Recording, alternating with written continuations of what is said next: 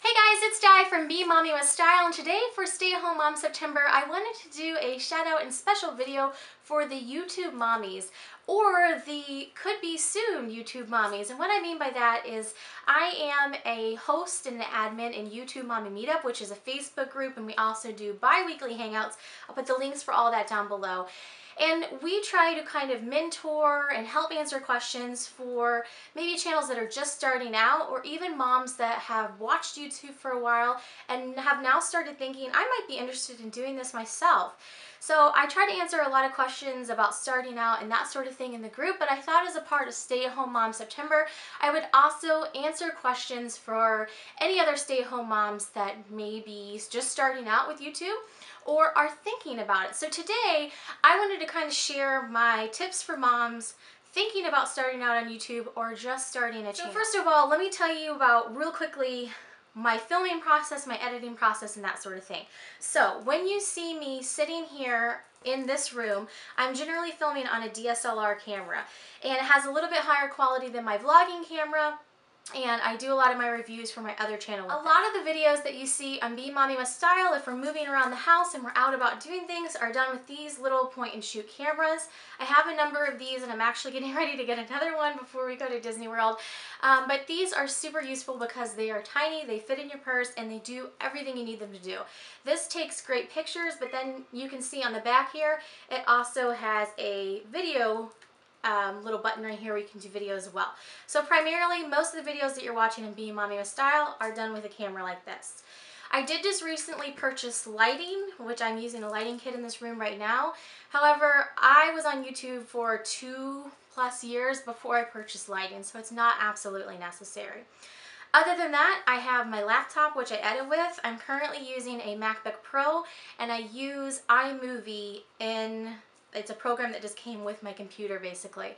Prior to using a MacBook Pro, I was on a Windows laptop, and I used Windows Movie Maker, which was a great starting platform. However, as I got more into making the videos and I found out how into it I was, I realized very quickly I was going to need a little bit more quote-unquote professional equipment, something that can move a little bit faster and move larger files around easier, and the MacBook Pro has been great for that. But you definitely could edit on whatever computer you have available to you. I've even heard in the YouTube Mommy Meetup group, some people actually edit on their phones. So you really can just use whatever you have to start out, and that's totally fine. So my next piece of advice, if you're just thinking about starting out, a lot of people are like, how do I start? Make a channel, think of a channel name that you love, that is easy to say, and also is something that will maybe resonate with people. When I chose BeingMommywithStyle, it was kind of on a whim, to be quite honest with you, but I think that the name resonates with people. I think that that's one of the reasons why the name has kind of gone over so well. It's something that resonates and something that's easy to say. I did use a number in my other channel, Bags for Bubbles. I would say avoid that if you can. Avoid using punctuation and numbers and things like that in your channel, for the only reason being it's harder to search. And also, like in Hangouts, if I'm talking and Dana tosses it to me to say my channels, I have to always clarify, you know, it's BeingMommywithStyle, all one word, that's easy to say. But then if I get to Bags for Bubbles, I kind of stumble over it, and it's Bags for Bubbles, it's the number, not the word for, and it's this really long explanation. So another thing as far as picking your channel name would make it as easy as possible to search. Then people a lot of times have questions about, well, what video do I start out with? And honestly, what's easiest for me, I just turn on the camera and I go. I just go.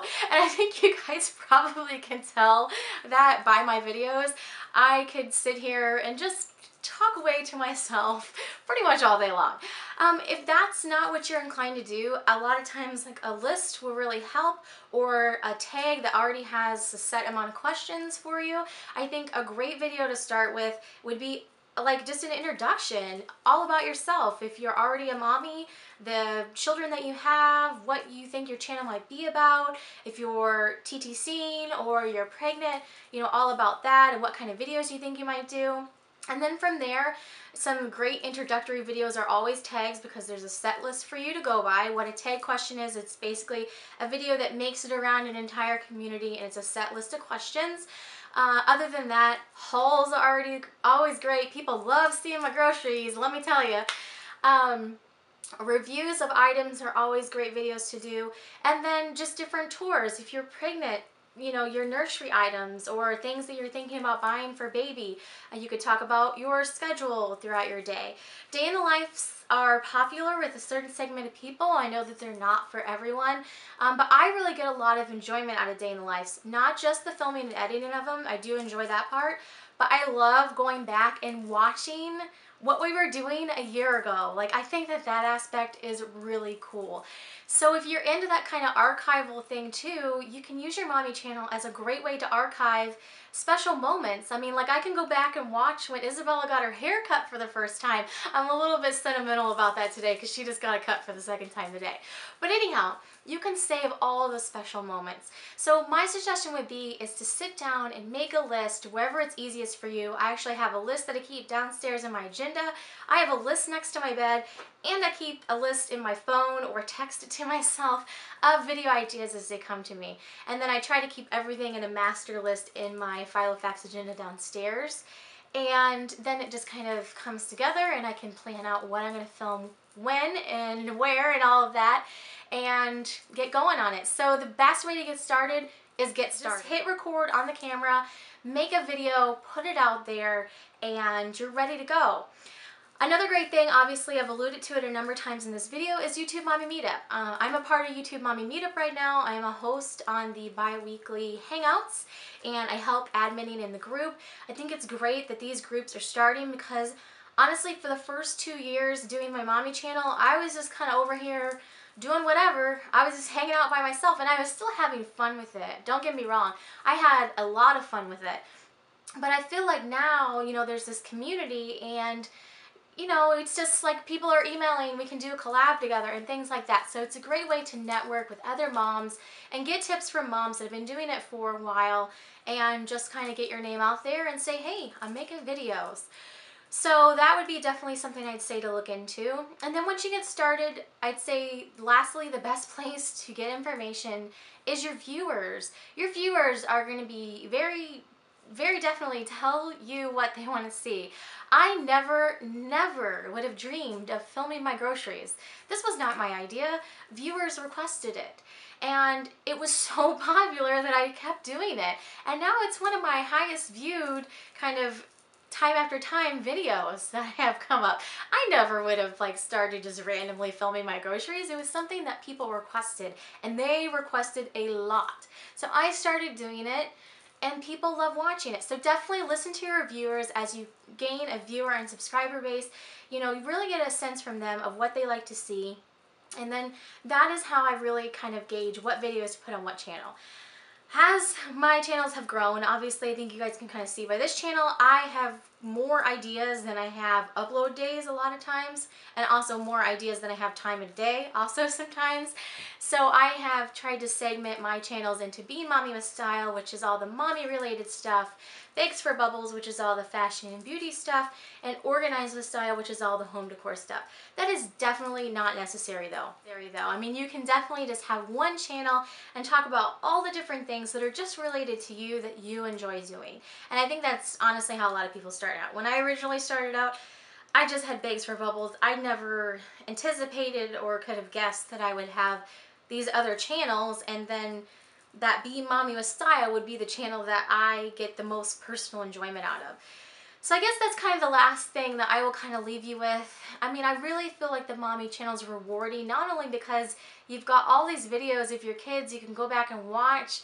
You know, I can go back and watch these videos of when, you know, Natalie is a little baby, and you know, she's not a baby anymore. She's almost a preschooler.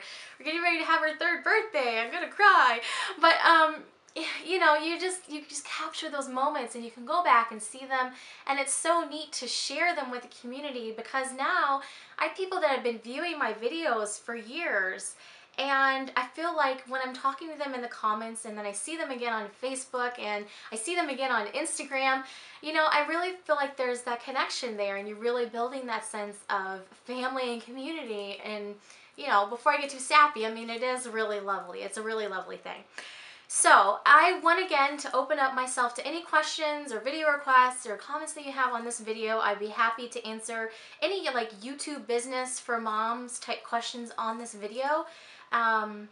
I could probably do like a whole video on all kinds of things like privacy concerns, and I am working with friends here locally that are thinking about starting up their YouTube channels, and they're everything from people that are fine with sharing their daily lives like I share in my day in the life, to people that are not comfortable even showing their kids on camera and they're just going to mainly do like crafting things. So there's a whole wide range in there in between of how you can kind of find your space on YouTube and make it your own. That is really the big thing. You make your own space on YouTube and you upload what interests you and what you have a passion for, and that will come through in your videos. So hopefully this has been helpful for you guys. Let me know if you have any questions down below, and thanks so much for watching. Have a great day.